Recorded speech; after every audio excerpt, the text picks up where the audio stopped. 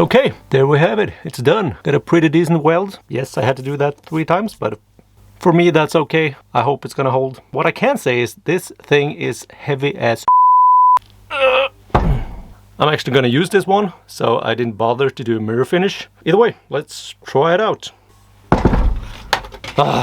Let's see what we can do with this cinder block.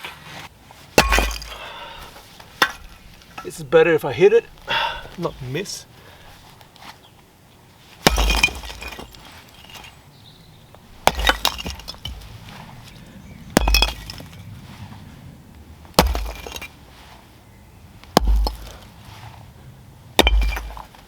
Yep, that works.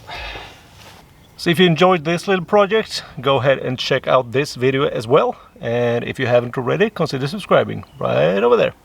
Thank you for watching. I'll see you in the next one. Bye bye.